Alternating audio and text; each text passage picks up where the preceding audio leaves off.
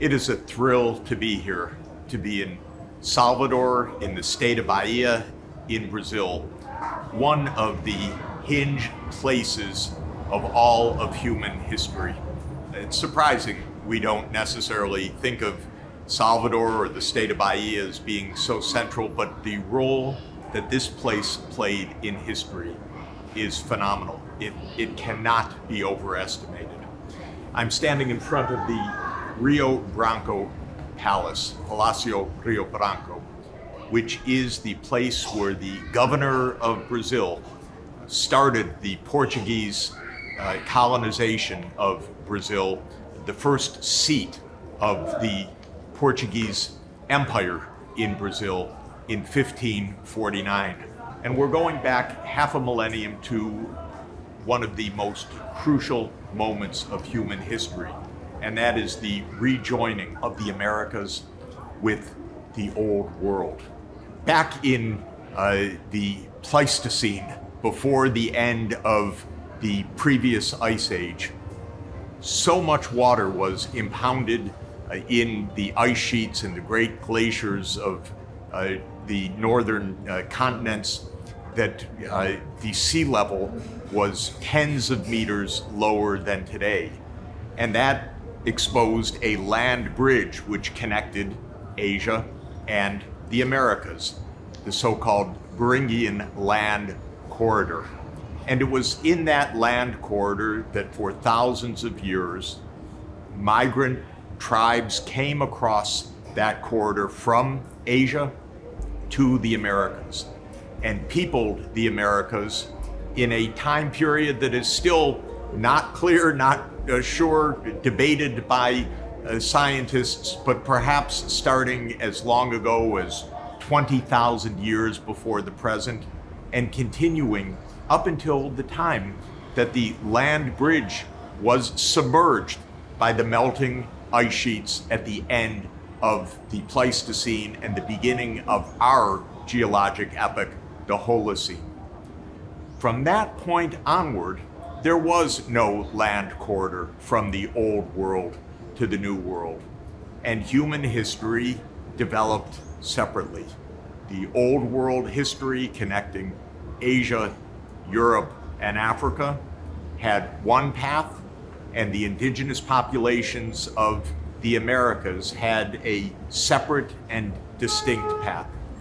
The distinctions were marked for many, many deep geophysical reasons that we will be discussing and have discussed throughout these programs. One of the most important distinctions of all was that the Old World benefited from having animal traction in large parts of the Old World, especially horses and donkeys, which were able to do a tremendous amount of work and enable long-distance transport, whereas in the Americas, it was only the camelid species, the llamas and the alpacas, in a relatively small part of the Americas, in the Andean region, that had animals that could be pack animals and work animals of that kind. Well, this is one of the many divergent paths of the Old World and the New World. It meant that by the time that these two worlds were reunited a half a millennium ago, they had diverged dramatically and decisively in economic, institutional, cultural, and demographic terms.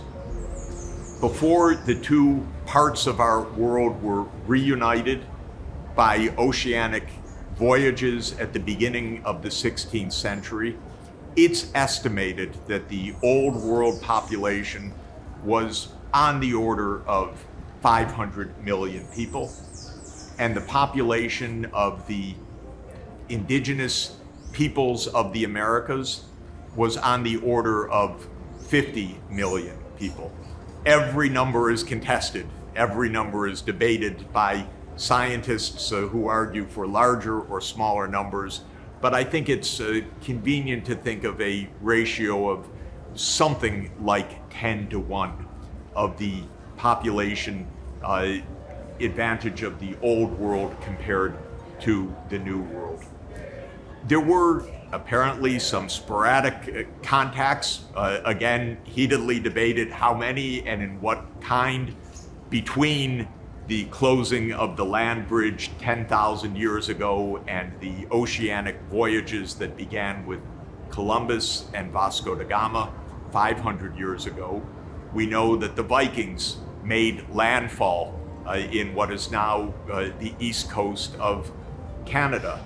There may have been other small connections made by raft or long distance ocean voyage by sail. This is debated.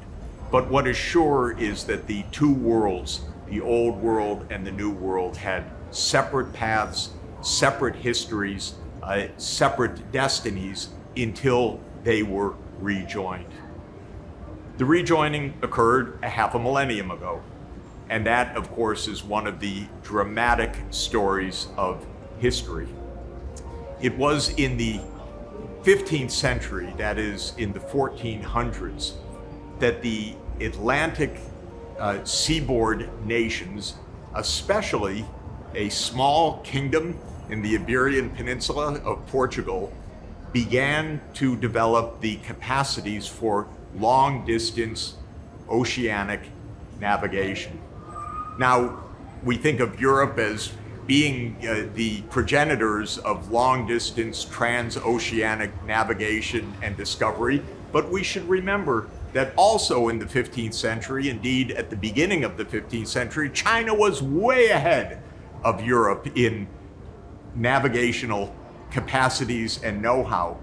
And in the early decades of the 15th century, roughly from 1405 to 1433, a great admiral, Admiral Zheng He of the Ming Dynasty, led many long-distance, remarkable oceanic explorations in the Indian Ocean, reaching indeed to East Africa.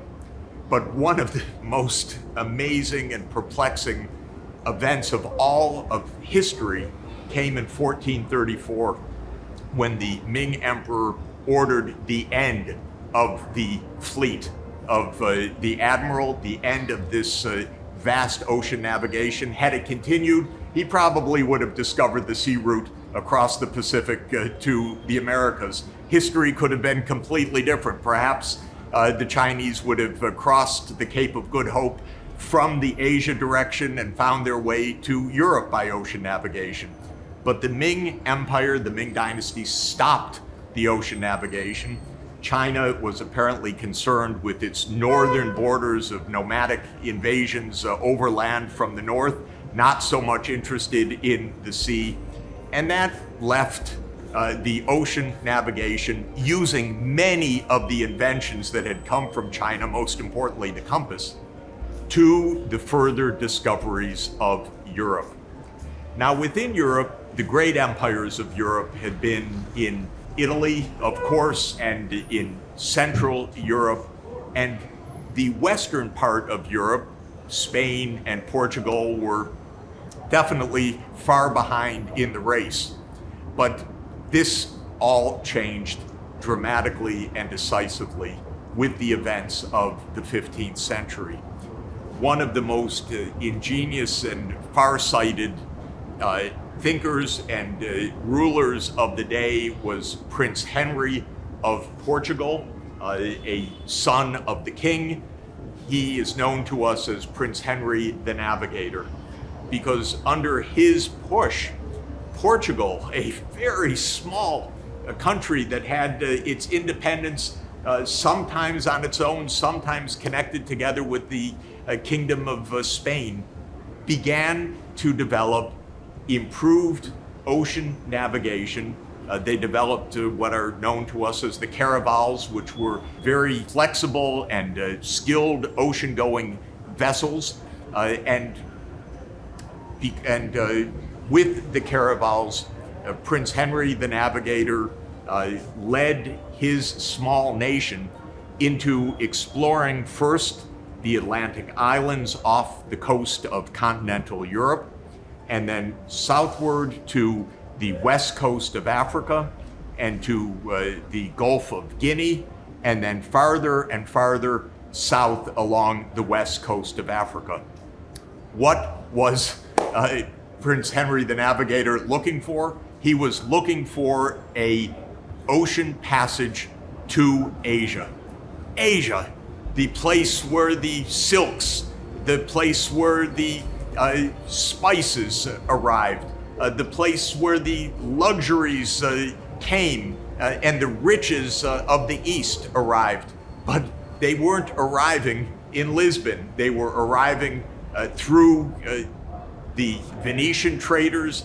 They were arriving through the Mediterranean that was increasingly under the control of the Ottoman Turks.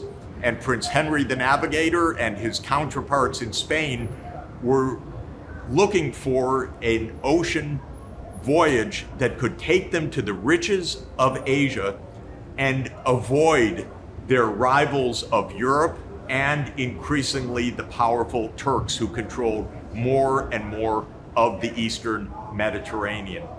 So down the coast of Africa they went. Of course, we know that another navigator had the idea that perhaps rather than trying to find a pathway down the coast of Africa and then into Asia, perhaps it would be possible to go west. This was a far-fetched idea, going into the open sea. But as we know, Christopher Columbus had the idea and for many, many years tried to convince one king after another, fund a voyage of exploration. I will sail west and I will find the route to India. Well, all of this great effort and this expansion of navigational discovery and capacity arrived in the last decade of the 15th century. In 1492, of course, Columbus went west. He did not discover the sea route to India, but he did make landfall in Hispaniola, in today's Haiti and Dominican Republic, in the Caribbean. He explored the Caribbean.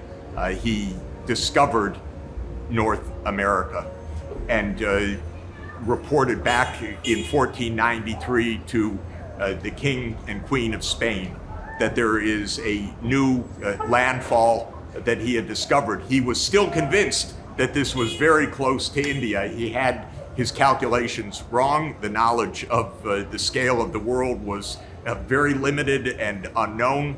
That's why the indigenous populations, of course, became known as Indians to us, because Christopher Columbus thought he had made it just about all the way to India.